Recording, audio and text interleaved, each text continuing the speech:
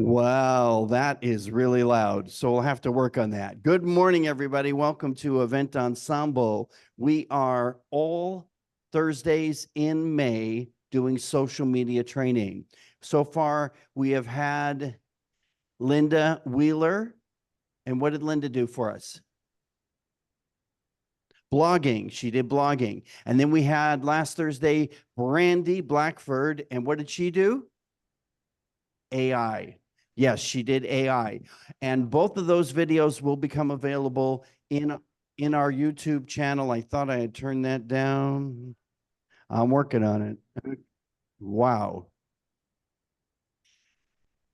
No, that means they're coming in. There it is. Okay. And I lost my train of thought because every time somebody checks in, it gets really loud. Can everybody online hear me now still? Thank you, Steve. Thank you, Felicia. Oh, yeah. And here comes Wendy in the room, live and in person. Okay. So we have social media happening every Thursday in the month of May. That includes next Thursday, which is the fourth Thursday. We don't normally meet, and we will have Linda Cazares.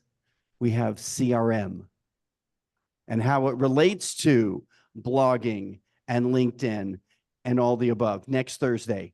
And we'll be online at 9.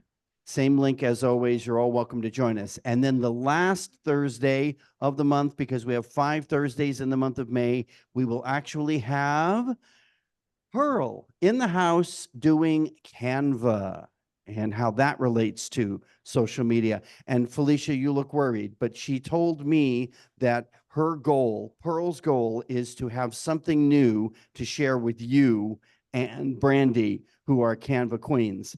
And I turned it down. I'll have to figure it out. She told me that there's a Canva convention going on just before online. Is it online? Okay. Well, we'll let you guys talk about that, but she's looking forward to gathering some information there so that she can have new stuff to share with us. And JD is our presenter. He is the most recognizable brand in LinkedIn, without a doubt. His headphones, his glasses, his hairline, and most important of all, his persona is larger than life. And as big as that is, he's equally gracious and wants everyone to tell him who you are and what you do. Now, for those of you who are new to the crew, thanks for joining us. You don't have to worry about this. But for the rest of you folks who are regular season travelers, this is a 15-second I am what I do, not your usual 3 minutes. Okay? Jerice. Good morning, Jerice Kelly, MJK Events, Wedding and Event Planning. Hello, Linda Cazares, virtual photographer with Linda Cazares Photography. Yeah. Pam Schuler with Rights of Celebration, Wedding Officiant.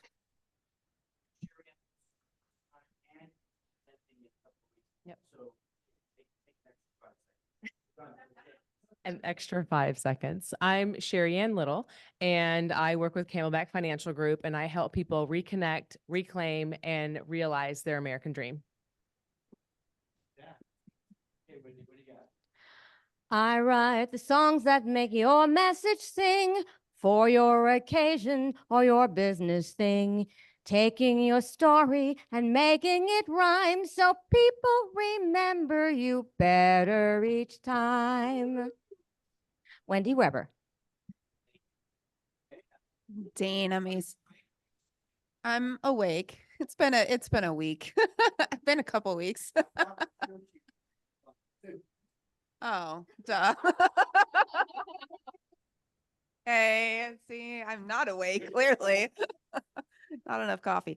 Dana Maciak, I own AZ Sleepy Teepee. We make stylish memories that last a lifetime with luxury sleepovers, glamping, picnics, and balloon decor. And new to the crew. Hello. CJ O'Hara, Magic by CJ, magician for all occasions. Okay. And around the Brady Bunch box, Sandra, who just had an anniversary. Take it away, please. I am Sandra, your gift guru with Cutco, making either your couples happy with tools that they'll get forever, or branding you in a way that keeps you top of mind every day because they're tools they will use. Okay. Thank you, Sandra. And Steve Bilichek, crashing the party, I might add. Thank you. I was invited. Thank you. Steve Bilchek from Fish Window Cleaning, where we help homeowners and small business owners create great first impressions with sparkling clear windows. And Steve is a regular to David Hepburn's Monday, Wednesday, Friday CTC coaching through completion. And I mentioned this meeting, JD, there you go. So he could crash the party, and we're happy to have you join us. Felicia. Felicia with Celebrity Tux and Tails. We do rental, purchase, and custom made suits and tuxedos. Robert. Robert with Duo Ocotillo, instrumental music played on for any occasion on cello, guitar, and mandolin. Okay, I'm sorry, I'm not laughing at you, Robert, but this guy totally crashing the party. Who is that, Chuck? Oh, that's Ziggy. Hey, how are you? It's me, Ziggy. Hey, there's JD. Dude, how are you? The Zigmeister General. Love that guy. Yeah. I'm Chuck Field, comedy ventriloquist, and celebrating almost 9 years now here in the Valley, and now entertaining all over, all ages, all sizes of audiences, and inspiring everybody with Laughter. You're an end of laughter? laughter. Yes, yes. Inspiring. Website, whatsupchuck.com. Look how important it is to slip in a word that makes everybody, great choice there. Linda, we were singing your praises and now you're here. Although I can't sing as well as Wendy, but hey, it's Linda with Linda's Travel Hut, getting you from point A to point B because that is where you want to be. Oh, very good. And Mr. David Hepburn Jr. Thank you. That's my name. I am a irritator. And I'm also a supporter, transformational strategic business coach. Nice to see you again, JD. Good to see you, man. And JD, you may have heard this spiel before, but David Hepburn is probably one of the very, very few actual members of Event Ensemble who is not an event professional. And that's because of the power and transforming value that he brings to all those who he helps. And he has helped me and many others to successfully navigate this thing we call business and entertainment in events. And for those of you who may not know me, I'm the professional DJ. I'm Scott Favor of the Party Favors. We arrive early, stay late, and make the party happen. Thank you. Okay. My face. You'll see enough of me already. Okay. Did I miss anybody? Did I get everybody in the room? Okay. JD, for those of you who are not online, JD shared a link here. And of course, it's a LinkedIn link. And it says, howdy event ensemblers, here's my story, and I'm sticking to it.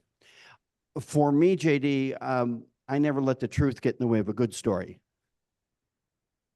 So take it away, my friend. Oh my gosh, that's the intro right there. So I need not waste valuable time speaking about myself. And I'm glad to be here. And for those of you who showed, obviously there's an interest in LinkedIn and exploring what it can do for your business. And I know that there may be some folks here new to LinkedIn or feel that they're green or newbies. Others may have gained a little traction on the site and are looking for the next step up. Maybe we have a power user or two among us who is just kind of looking for one little strategy to drive them forward. And when I come in front of audiences these days, it's not so much to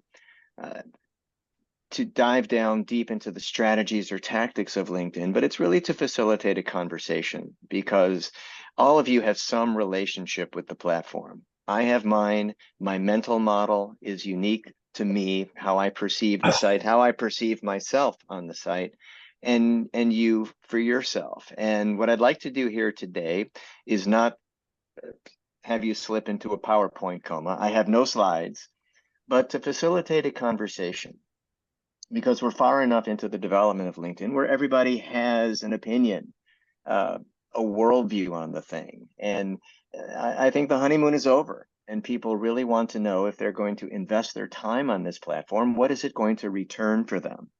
And I'm still in that camp as well, even though I'm probably tens of thousands of hours ahead of most of you in terms of time spent on the site. I'm always learning something new. I'm still pioneering.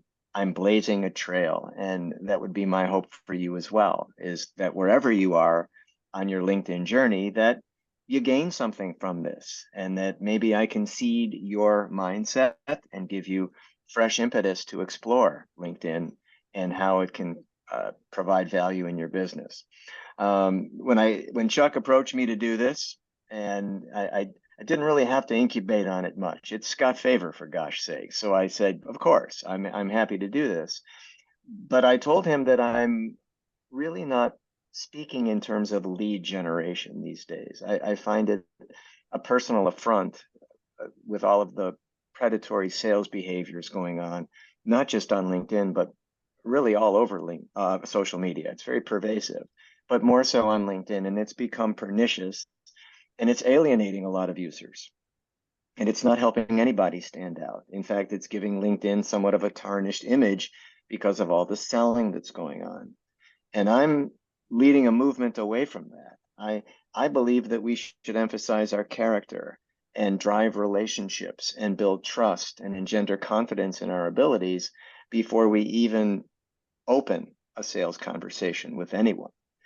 If your profile is structured well, and it has clarity and it speaks to what you do, again, people will come into a conversation with you armed with that knowledge, and they can ask you more specific information as to what problems you solve, what services you provide, etc. So in my world, that's how I've chosen to run my LinkedIn account. I've put out an infrastructure of content out there that educates people on me, informs their decision-making, and gives them a clue as to kind of how I roll, how I tick, so that when I'm in an opening conversation, or I'm establishing myself in their minds, so to speak, as a potential service provider, they're very clear on what I can do for them. And that comes from a little bit of maturity, years of practice, 18 years this year as a LinkedIn specialist. So I'm coming to you with an idea of what works and what doesn't. And the way I'd like to kick it off is not to hear specific account questions per se, but I'll throw this topic out, and we can have a enlightened discourse. And that would be, in a perfect world, we know this is not a perfect world, but in a perfect world, what happens for you on LinkedIn? What would you like to see happen? And you've probably explored it from a couple of different angles: the profile, the network, the marketing, the outreach, direct messages, in-mails, posts, comments, articles. There's a lot being thrown at you when you hit this site, a lot for the eyes to behold and a lot for the brain to process. But what are some of the things that you're evaluating right now? What are some of the things that you'd like to see happen? What are some of the things that you dislike about the site? And moving forward for you, what's next? What would you like to accomplish? And I think I'll put the pressure on Scott to start. As you've just ascended to the role of co-facilitator, Scott. I most certainly have. So for those who are not familiar with what I refer to as my LinkedIn story, It really relates to the profile, and it's where it all starts, and knowing who your ideal client is and who you want to attract. My LinkedIn story is a simple one. A really good event planner contacted me on LinkedIn and asked me if I was available to do a video event. I was the only DJ on LinkedIn in Arizona who provides VJ, video jockey services. And I quoted her a price and she said, great, didn't bat her eye once. And she's been my client for over 20 years now. And we still do work together. And best of all, it wasn't about price, it was about the quality of service. And she found me on LinkedIn because of my profile. It wasn't posting, it wasn't me doing outreach, although all those things are good. And JD, you mentioned probably a litany of 5 or 6 different things in that option list there that I'm not sure that everyone is fully aware of. And I don't want to turn this into a training of that type, because I know that there's places where they can get that. But you mentioned, and I might not be using the right word, but a newsletter? Mm-hmm. Or what is you have your OWL News? Well, a newsletter is part of what's called the creator mode on LinkedIn. And the way that LinkedIn has really asserted itself right now in the professional community is that it favors anyone that is looking to create content and build community. And in my world, those two are linked, pun intended. So for those of you who are creating content, posting content, that builds community. You're putting it out in front of your network, and you're kind of making this shift from a connection or a network to a community. And there's this sense of community out there. And through community, you have a place to get your content seen by ideally the right people. So the newsletter is part of the creator mode. I do a newsletter called the LinkedIn Style Guide.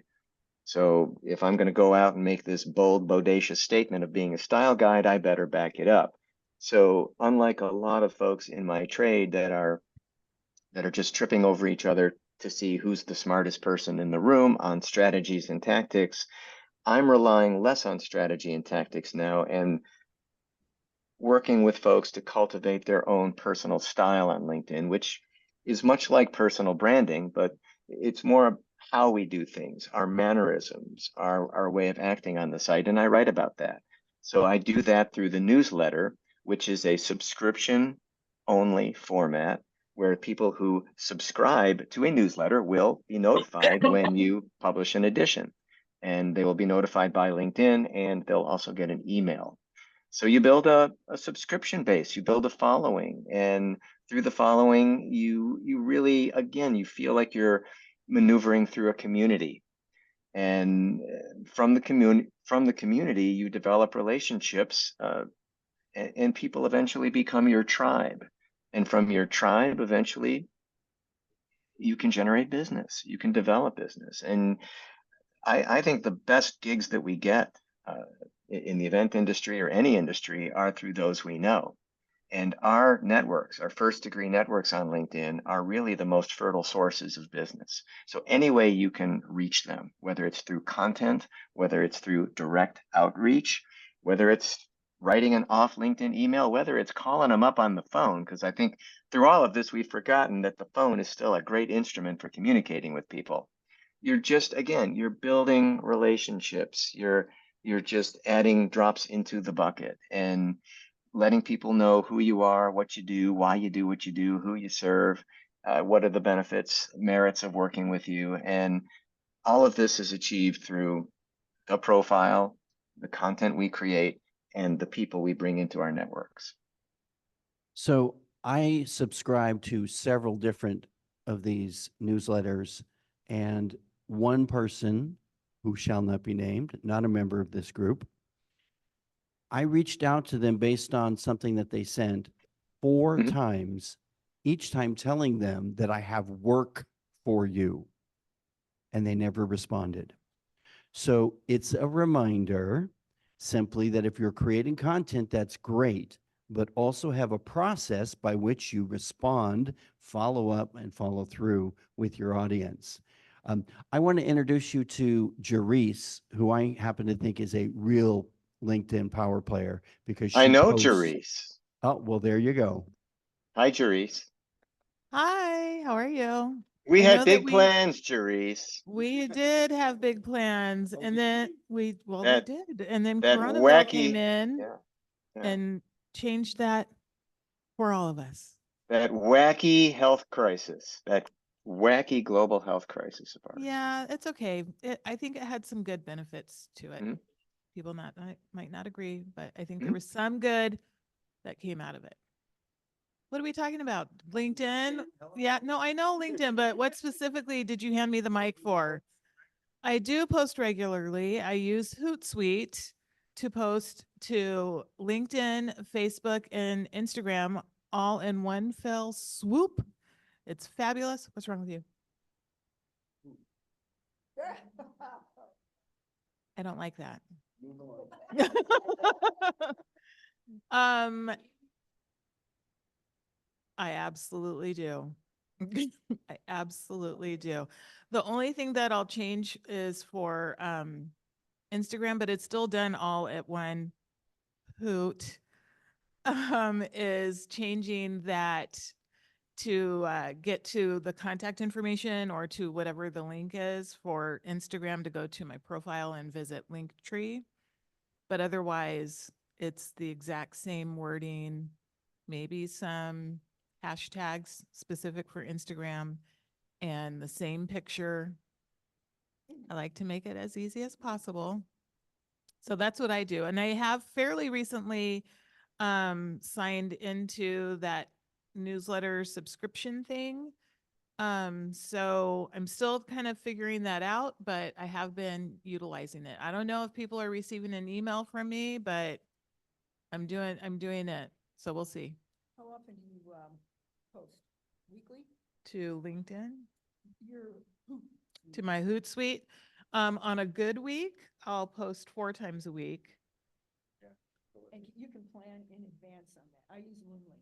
I do plan it in advance, yes. And especially now that I Therese, have we a paid can't hear account, I what can- questions you're responding to. Oh, Linda Cazares, next door to me here, asked how often am I posting? And my response was on a good week, it's 4 times a week. And then her follow-up question, Linda, was if I can plan that out, because she uses Loomly. And I said, yes, you can plan that out with Hootsuite and also Loomly. And now that I'm on a paid version for Hootsuite, I can do schedule more than 3 at a time. So before it was, rather laborious, but now I can plan a whole month, 2 months if I wanted. What kind of engagement are you getting from all of this? And I would restrict great it to question. LinkedIn only because when you're posting consistently the same content across multiple platforms, it strikes me as just a way to get content out there as opposed to targeted content for the LinkedIn psyche. So there is a different audience on all these platforms. And obviously in your industry, you want to reach as many people through Facebook and Instagram, probably even TikTok while it's still here and not banned. But these are platforms that are going to reach different audiences at different times and at different thought processes.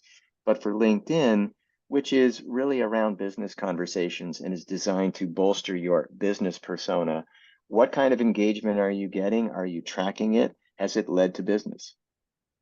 I'm not necessarily tracking it. Like I don't have a sheet that I fill out. But I have been noticing the notifications, and when I click on that to see what's going on, I'll see where it's saying a certain post has received 20 or 25 impressions or views or something like that. But interestingly enough, what I have noticed is even though almost everything that I post is regarding weddings, Most of the inquiries that have been coming in have been more of a corporate social event. Uh-huh. Uh-huh. So, go Well, ahead, that's JD. right there. That'll give you a little hint into the demographics of LinkedIn because business people throw weddings, business people have corporate events. Uh, they leverage the services much like anybody that's not on LinkedIn. So when you're striving to reach the business market, the corporate decision makers requires a certain finesse. It really does. And it's not just about getting the content up on the page. There are people that post prolifically on LinkedIn, but when I ask them what kind of engagement are you getting question, it's much like, well, I don't really follow it. And that's really where, like anything, that's where the work is involved, is finding out who's liking, who's commenting, who's sharing, viewing profiles, moving profile to profile on these people, reaching out, making the decision to and annex them into your first degree network. This is what I do.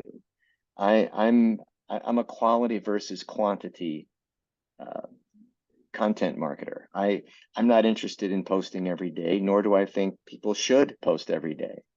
But it's quality when you have something of value for folks. If you're promoting something very special, yes, of course, you want to get the word out in that respect. But when you see who's liking it, and typically if it's the usual suspects who are liking it, the same people who have liked your posts week after week, providing you're posting weekly, these are the people to forge relationships with. And the new people, make them first degree connections, open a conversation. This is what I do all day long. And it doesn't feel like work to me. It's not something that I evade or escape. I don't use a service like Hootsuite or HubSpot to post. It's all organic, and everything I generate is through my own efforts. I message people regularly. If I were to, on a good day, I'm probably sending out anywhere between maybe 100 and 200 direct messages a day. So I've learned that my Holy cow. superpower, I've learned that To my superpower, first connections. to anybody, whether they're first degrees or second degrees that I'm trying to convert into first degrees or in mails. Linda I have the- Cazares would like to know if those messages that you are sending, are they separate to each person? Yes. Or is it like a group thing? Yes, I don't use any mass automation, which LinkedIn does not tolerate. They have a zero tolerance policy on mass messaging. And there have been people who have tried to game the system and have had their accounts unceremoniously suspended or restricted. I don't use AI of any kind. It's an organic effort to build a community that works for me. Okay, so for the rest of you who think, oh my God, that's like too much work. Let me just say, if you had any idea how much time every single day I spend with my CRM, it's about on point with what he just said. The end result is the same. You're personally reaching out to touch, connect, and build a relationship, a rapport, a tribe that continues to regularly refer you, use you, and that's the plan. JD, I'm curious- And Scott, just Please. before you get into your question, here's where I get a little hard hitting at meetups, because I think people are looking for some kind of workaround or shortcut or hack. And LinkedIn has evolved to the point where there is none. Folks, digital marketers can talk a good game. A lot of bloated promises out there, a lot of lead generation speak out there. It doesn't work. The only way to extract value, economic value from LinkedIn is to farm the profile, build the infrastructure, go out there, interact with people authentically, build connections seamlessly, take it offline to a Zoom call, and let LinkedIn serve as the interface. When you get into an area where you're selling on LinkedIn, it's dangerous territory because you're going to alienate people. And I work with a lot of folks who are interested in building a personal brand. And first and foremost, I really classify as a personal brand strategist. And they want to stand out, or at least they tell me they want to stand out. And I say to them, well, you want to stand out? Here's how you stand out. Don't load up your profile with a bunch of sales speak. Don't talk about how cool you are. Talk about your clients, your customers. Be customer centric, and don't sell them anything when you're messaging them. You will sell more products and services on LinkedIn if you don't sell products and services on LinkedIn. Seems a little counterintuitive, but once people start opening up about me and I and my company, as opposed to, well, what kinds of problems are you experiencing right now? What are your pain points regarding your event? What are you looking to accomplish? What would you like to see happen a day or two after your event? What's the follow-up look like? And position themselves for repeat business. I mean, that's where it happens. That's where the needle is moved. Scott, you were saying. Thank you. A lot of what you're describing is very much like how people network here in Arizona, not California, where I'm from. For me in California was, here's my card, and nice to meet you, and aren't I great? And that worked fine in California, but it did not work here in Arizona. As a matter of fact, if you go to a networking meeting and you hand somebody your card without them asking you for the card, you've actually offended them, and they probably won't refer you. So it's an interesting dynamic. And what JD is describing here is, in fact, bringing what we do here as networkers in Arizona online to the LinkedIn environment. It looked like Linda Cazares had a question, so I'm going to. Look how good you are, JD. You answered her question. I don't remember the question, Oh. actually. Well, then JD, let me ask you about what I refer to as evergreen. The audience is continually rotating, if you will. So there's seasonal things that happen. Do I have to always be recreating brand new, unique content? Or is it okay if it's now wedding season or holiday party season or corporate picnic season that I can have something that repeats? Absolutely, you can. And I'll use another word, and that's repurpose. And these are things you were talking about, evergreen, which is something that kind of comes back every year, is seasonal. And if there is specific wedding content or wedding images that you want to post on a site like LinkedIn, yes, you should have those stored, archived in your hard drive, bring them out, but also be constantly updating, constantly churning new ideas. People aren't paying attention. They're not going to tell you, oh, that was Scott posted this exact post last year. I mean, nobody's keeping track of that. But what they are keeping track of is the fact that you are timely, you are topical, and maybe there have been some trends. I just officiated a wedding, my daughter's wedding here in Chicago. And what goes on it? Well, you're very kind. Thank you very much. But really, enough about you. Let's talk about me. But at the same time, I noticed tremendous changes in the way that weddings were done. I got married 32 years ago, and it just seemed different today. And folks who are 2 generations behind us are doing things differently. So you have to kind of modernize your approach. So what you're putting out there isn't necessarily for baby boomers who are throwing the weddings. More Gen Xers are throwing weddings now. But it's for everybody that's around the wedding experience or the corporate event experience or the retirement party experience. What's being done at these events?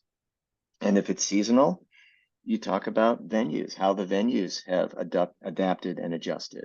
You talk about audience preferences. You talk about, is this an event where people have to get fed, and what do you feed them? All sorts of things enter in. And I know your industry well enough to know that these are things that will engage the senses.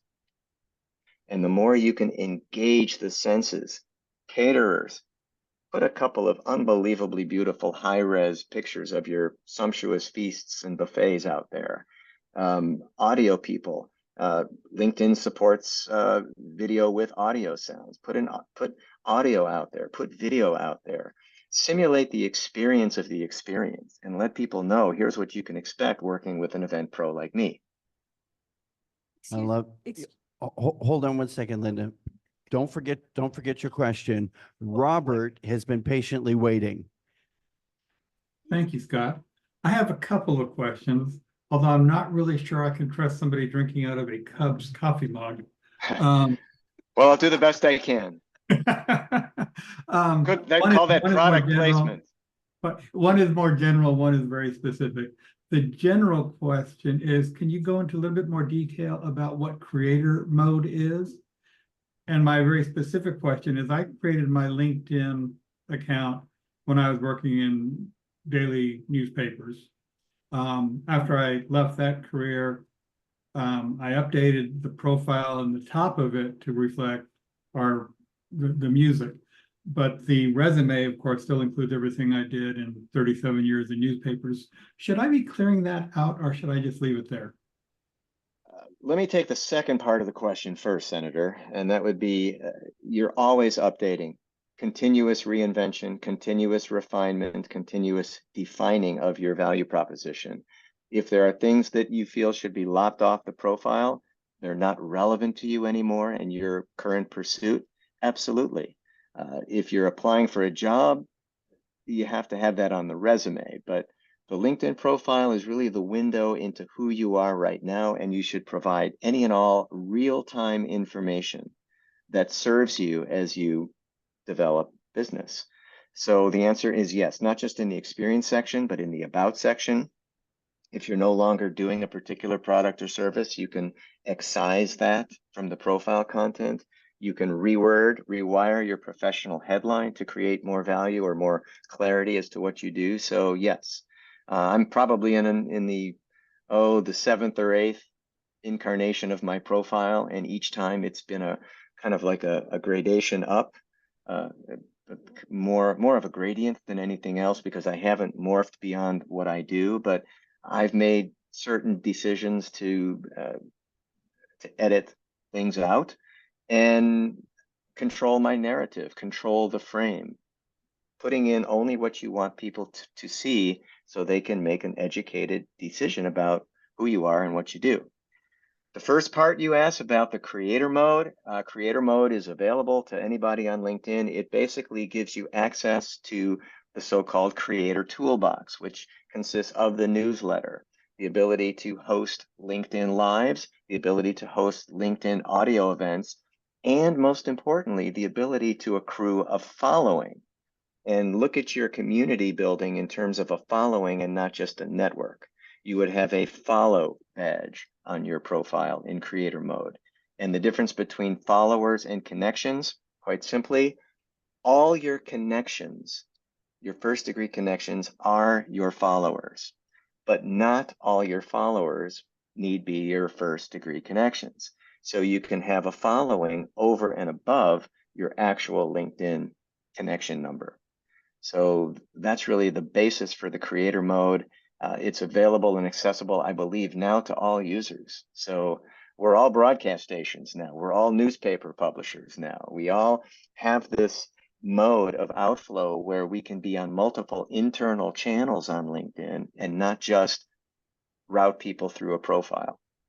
Great. Thank you so much for the answer. I hope it helped. I've already clicked on your follow and to subscribe to your newsletter. Well, aren't you nice? As fate would have it, I have an edition popping soon. JD, you must be psychic, because it turns out that Robert is formerly with the Arizona Republic newspaper. When you mentioned that we're all publishers. Here's Okay, a note Linda. about the new. Did you get it? One quick note about the newsletter, real quick, and that would be, with all the video and the audio circulating around us now, and it's kind of like a blitz on our nervous system. The best way that a lot of people like to get informed is sitting quietly and reading something for 4 or 5 minutes. And that's the beauty of the newsletter, because they've opted in. You're not jamming something down their throats. They voluntarily have told you that they want to get your content, and when they receive it, they can just settle in, read it when they have time and focus, and know that that content has been consumed. That's all. Next. Okay. Do I want to try Linda, or should I move on? Say this. Okay. Trying to remember my question. I missed almost everything. Oh, No, shoot. I didn't. So you might have said something. I'm moving back to where you were saying put a video or examples and what, are you talking part of the profile or part of these messages that you're sending out? Because that seems Well, to me like selling. well, video is a way to make obviously a connection with people, and make no On your mistake, we are, profile. yes, On your we profile. are Okay. on the profile and in the interactive space too. So you can put out a video, a first person video where you're looking at the camera and kind of doing what they call an explainer video of your business, or you are on a LinkedIn Live, or you're showing some B-roll of your company in action, whatever the case may be. A sizzle reel is another great example, something I know you folks can relate to. These are sales pieces. There's no question about it. Make no mistake, we're selling, but we're doing it in a way that's very nuanced, very layered, very subtle, which people like. And they have the ability to see something that's well produced and structured and scripted, and it becomes part of your content portfolio, which can be featured on your profile. So video can be a huge piece of how you present yourself aesthetically on the profile page, but it's also what you parse out to LinkedIn Nation, and audio as well. JD, you touched on this idea of those that are on LinkedIn being part of your platform. Mhm. I'm not sure if you use that expression. I know that David Hepburn, as our business coach, has talked about that from time to time. Is that something you'd like to delve into? Do you know what I'm referring to? Yeah, well, I mean, there are two ways to consider platform. LinkedIn is a platform. It's a medium. It's something on which you rest to disseminate a message, or proclaim that you're leading a movement, which is really what I'm doing. And LinkedIn is the platform. The platform within the platform, my newsletter, more of a vehicle. But a platform is a stance you adopt. It's a position you take. It's what you're doing to achieve what you want to achieve. The author writes books. The speaker speaks. The podcaster broadcasts. So that's the platform. Not to be confused with the medium, which is the channel. So when I use a term like platform, LinkedIn in its simplest form is a communication platform. That's really all it is. Don't overthink that. It's just people talking on this thing and communicating, sometimes in overt ways, other times in very subdued ways. Okay, Dana, with a question. I hope I made that clear. Hold on, I I'll really get it. tried. I'll get Dana the microphone. Well, actually, something when he said video, because if y'all watch my Instagram, obviously I'm very big on videos. Mhm. Well, everybody should be. I do a lot of the reels, but the reels where you make fun of things basically, and it gets a lot of attention for my business per se. Was that something that I could put on, like repurpose and put onto LinkedIn? Or are you talking more like the content, like here's our beautiful bell tent, da, da, da, da, versus like the ones where I'm Yeah. giving out information in a funny way? Right. There's informational videos, there's explainer videos, there's micro learning. If you were very academic about your industry, you could talk about your industry. I There, don't like to give out information for free. well, there you go. Well, if you're making fun of stuff, there's a place for humor on LinkedIn, but you have to be a little bit judicious in your editing of those posts. Obviously, nothing incendiary or politically incorrect. It's easy to get canned on LinkedIn for doing stuff like that. It just doesn't. No, I don't do It that doesn't stuff. have. It doesn't have the elasticity that some of the other platforms have. But freedom expression, putting things in a funny light. I do videos. You can find them in my newsletter on a few of them. I want to do more. I believe that life's too short and we need to laugh, and I include a blooper reel on every one of my videos at the end. And people are more interested in watching the video to get to the blooper reel than they are hearing the content, it seems, because they say, love the blooper reel. So yeah, I think that makes me also look human and authentic. But well-produced video that encapsulates your message, that really does command interest and watching. That's what I shoot for. I'm not a big fan of the selfie video, or back in the early days of the pandemic when people were walking around their apartments very lonely, looking for a connection, having the iPhone at their belt buckle and shooting right up their nostrils. That was not content to me. That No. was, I don't know what the hell that was to me. It But was at the same time, unattractive. it was, yeah, but now there's something to be said for production quality and engaging a videographer to script something, to put yourself in front of the camera, maybe shoot from the side and talk about what you do to camera two, and have it edited up into a nice piece that is watchable. Watchability of the video is more important, truly. There's plenty of video out there, some of it done exceedingly poorly. People not thinking when they post, but you can tell when there's effort into it and it really does bring it home and portray you in the best possible light. That's video worth watching, and that does convert. Keyword convert. I keep thinking about the blooper video. I mean, how many times have you set up the tent and it falls down? Mhm. Okay, so people like she's- mishap, what can I say? JD, she said not very often, which brings me to the conversation. Well, that's true, but you know, a little humor can go a long way. And that brings me to the conversation that the magician and I had before the room opened, and we're talking Xers, millennials, that their perception is just a little bit different. And it's contrary to what you said. So I'm looking to get your feedback, JD. So you can say, no, Scott, you're wrong, or that's an interesting point. So here we go. When you and I were growing up, JD, you would never see the microphone, hanging. You just wouldn't. You would never see the cameraman walk across the stage, or one of the stage hands, doing something in the background when Johnny Carson was doing his shtick. It was unheard of. And yet now it's standard. You see it all the time, whether you're talking about HGTV, or whether you're talking even on the Tonight Show, or Dancing with the Stars. You'll see the cameraman walk right in front of the camera that's projecting at the time.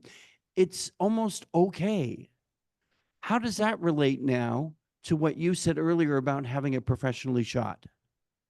Well, you can be professionally shot and still have the audio and video accoutrements. I think there's something cool about showing that you're in a studio. I go on with the headphones. I have, behind that closed door is my studio for high leverage broadcasting. I have a pro mic in there, which is visible in the shot. I'm strategic about the way I assemble my sets. But I also like to show that, yes, this is an electronic medium here.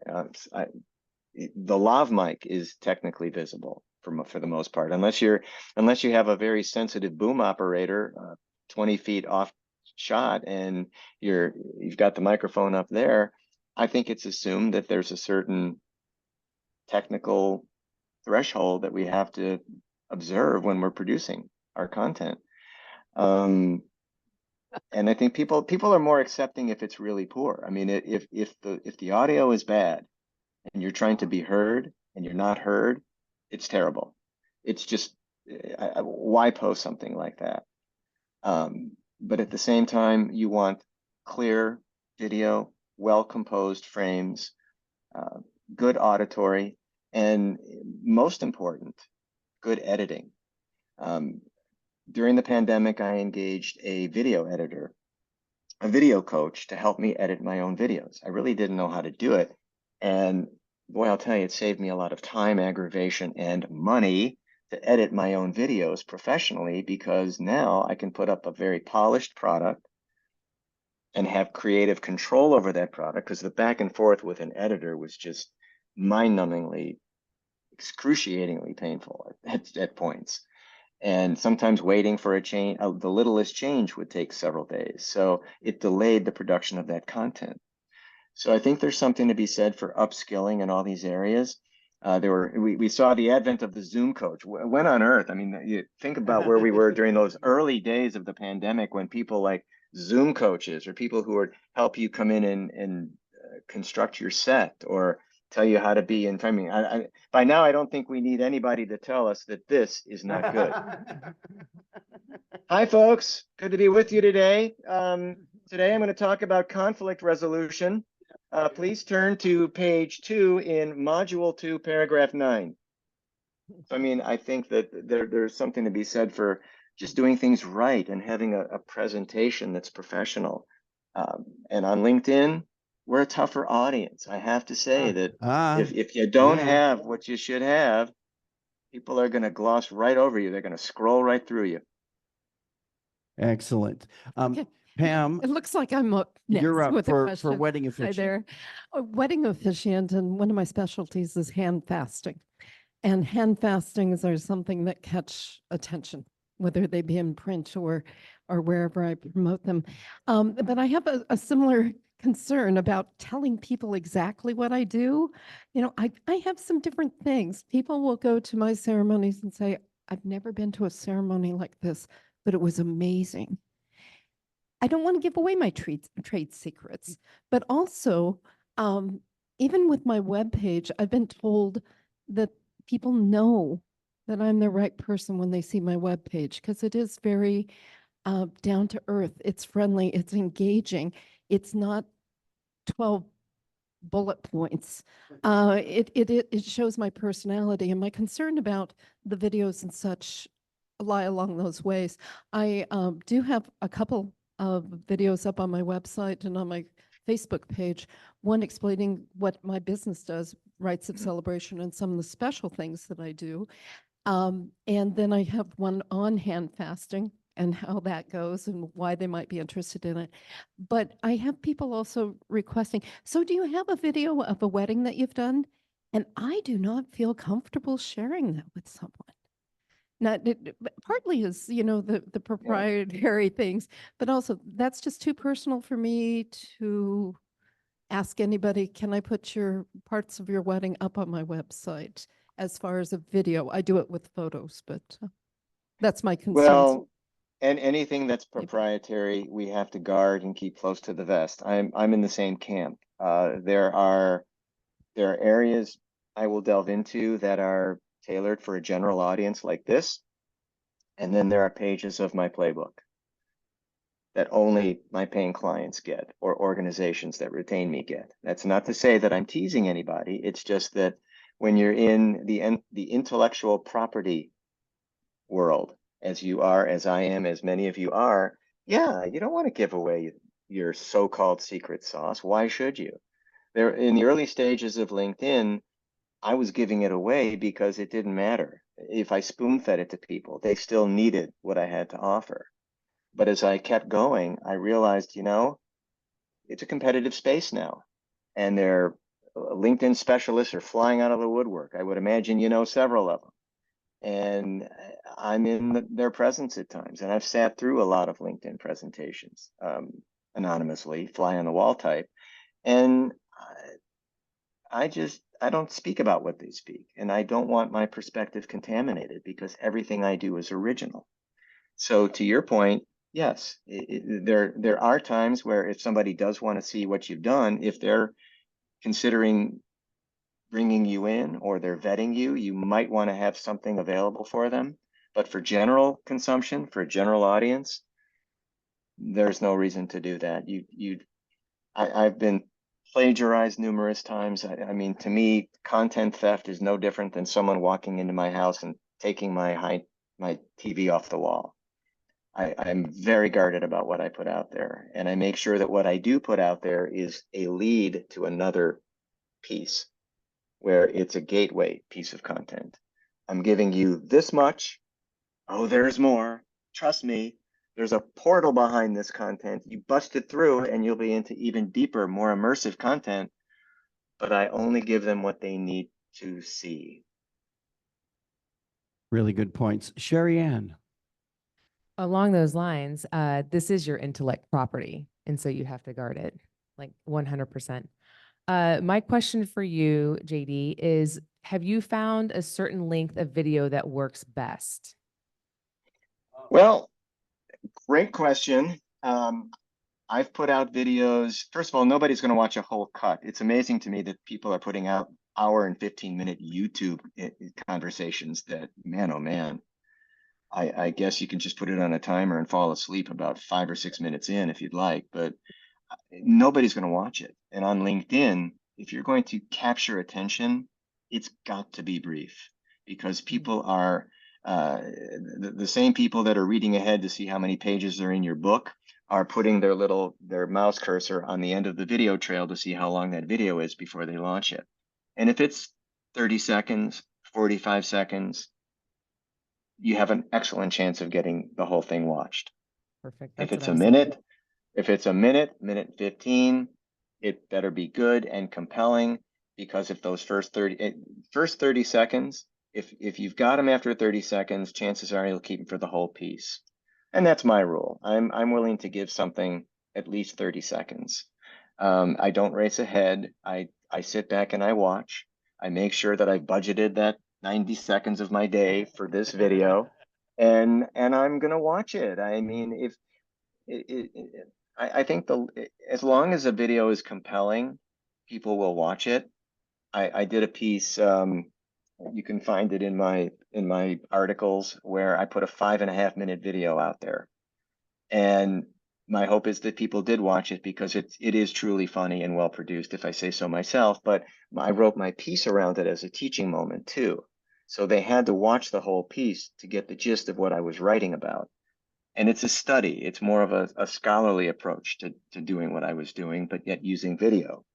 So to your point, ideal time, they'll tell you after about a minute, attention starts to wane. You're in privileged territory if they stick with you over a minute. So, but if you're doing something 2 minutes and it's good and high value and people are learning from it, I don't watch the clock. So JD, I see that David Hepburn has a question, but I'm going to jump in first and ask you about phone versus computer. You know, I always think about, you know, Facebook and Pinterest, certainly Instagram. It's a lot of phone action, but LinkedIn, because it's business focused, are people more likely going to be watching or reading content from their computers, or is it also mostly from the phone? Great question. I would respond by throwing a stat out there that, and it's changing, it may be even going up as we speak now with live events coming back and people more on the go than they were before, certainly a couple years ago. 85% of LinkedIn use right now is mobile. And you have more unique visitors per month accessing LinkedIn from their mobile devices. And that would also include iPads, I believe. So, but that doesn't mean that desktop versus mobile is going to create any more clear-cut advantage. But when you have people accessing content through mobile, you've got these phones are powerful now, and they adapt well from a formatting point of view. LinkedIn is beautifully formatted on the mobile app, and I'm fine with that. I'm fine if people get my brand on the run, so to speak. Excellent. Okay, David, take it away. JD, does LinkedIn do what Facebook does with regards to video? Facebook tracks the length of how long people are watching videos. And the more people that are watching the video, the more Facebook puts it out to other people in your community. Does LinkedIn do the same thing? Yes, LinkedIn has a separate video algorithm that's tied into what's called dwell time on a post. There used to be a philosophy that the longer people stay on a certain post, it will shift the algorithm. To a certain point, that is true, but I'm not going deep on algorithm. I'm not a tech nerd, so I don't really understand that to a greater extent. But if people are willing to watch a minute-long video, minute-and-a-half-long video, they are dwelling on your post. LinkedIn recognizes that and will expand the reach of that post. So the more people that are actually viewing the video and liking it or commenting on it, it bodes well for the for the author, because then it circulates into other into other social networking fields. So I'm of the belief that, yeah, the more watches a video gets, the shelf life of that post is increased. Yeah, yeah, thank you. JD, I always like to give back. So I happen to have a link here that I'm going to share for you because I stole it from David Hepburn. But Okay. this particular service will take your 3, 5, 30-minute video and with some AI tool, I guess, cut it up into bite-sized pieces that you can then share with your audience. Yeah. It actually goes through and looks at it and says, oh, this is the meat of the matter, this is the important point, and creates something for you. Just a little toy for you to play with. Yeah, I edit my videos through a site called Kapwing. If anybody's heard of Kapwing, Kapwing. And they have been getting a little bit more into the AI tools space. And that's where I do see AI as being valuable to what I do. And I do a lot of podcasts. Anybody here doing podcasts, you'll get an hour-long podcast episode. A similar service or 2 or 3 exist for that, where it can extrude all of the salient features and talking points around your podcast appearance, and then you can parse those out. Anybody here familiar with the audiogram? An audiogram is where you can put a picture up on LinkedIn, but yet have an audio component behind it. So you could put 45 seconds of audio, and then you'll see, you'll see the sound line waving, sound line thing effect going. So that is, and you need to have headphones on, or you have to have the ambient volume turned up, but that is a way to get a visual and an audio piece together in the same content and make double the impact. Engaging the senses, sight, sound. Can't do it with taste yet, but even smell. I mean, they're just putting people on board with what you're doing through the senses. Very important. If you want to see an example of that, pardon me, of that audiogram, Alan Berg posts about his podcasts, and he uses that feature regularly. Yeah.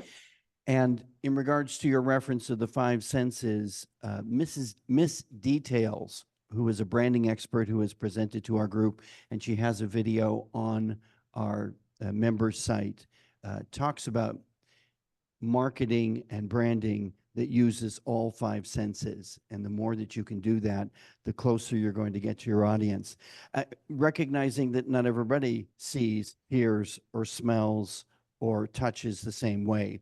But with taste and smell, your ability to sell that verbally is how that's done quite often if you're not in person. Right. You talk about the sizzle reel, and sizzle sells. Don't sell the boring stuff. I think that's why they call it a sizzle reel. And that's another piece that that I would put towards event professionals like yourselves. It's not just about we do great events. It's, again, that sizzle reel is social proof that you do real events, and put it against the backdrop of some nice thumpy music and really get people adrenalized as to the event experience itself. I think that's important. I've done it with the events that I've done. In fact, I just did an event and I'm waiting on some video that I think is going to be very powerful for any event I do. And for those of you who, there's a magician and there's a certain comedy ventriloquist in the group today that does post-production video very, very well as well. And that's your livelihood. That's how you sell yourselves. You're selling experiences, experience marketing. And LinkedIn becomes perhaps the most viable medium for you because people are bringing a business attention span to it. This ain't Facebook where you're killing a few minutes of time. It's not TikTok where you're looking to laugh outrageously at something.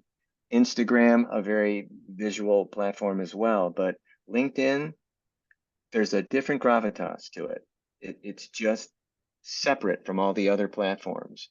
And if you're reaching the people who write your checks and tickle their limbic lobe, tickle their amygdalas, and get them kind of on board with you, that's how you build a brand.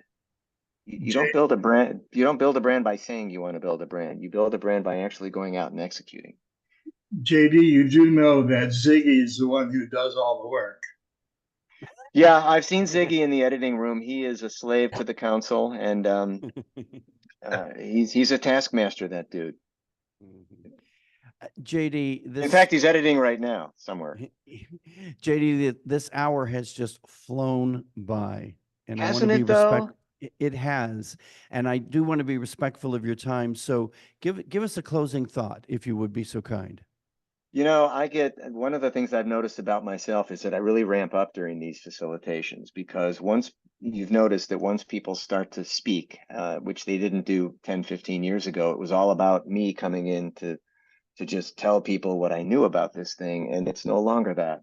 It's really to encourage and inspire people to overlay their personalities on these sites and let their natural instincts take over and not sell, and just focus on relationships, leverage your narrative, your story, put the best possible profile out there, call attention to yourself in a positive way, and you'll notice that the conversations will get better. The sales cycles will shorten. More referrals will come your way. And who couldn't use another great referral? Yes? And that's how momentum builds on this thing. I would encourage everybody not to overthink LinkedIn. Just go out there, let your eyes go into soft focus, figure out what you can figure out, and what you can't figure out, let it go. Outstanding. Everybody, a big, huge thank you for the incredibly talented, fabulous wearing glasses expert. Looks like an owl, and he's my good friend. Thank you, JD. Stop yourself. But folks, thank you for having me. Connect and prosper. Ooh, now there's a close. Thank you so much, everybody. Have an eventful week, and we'll see you at the party.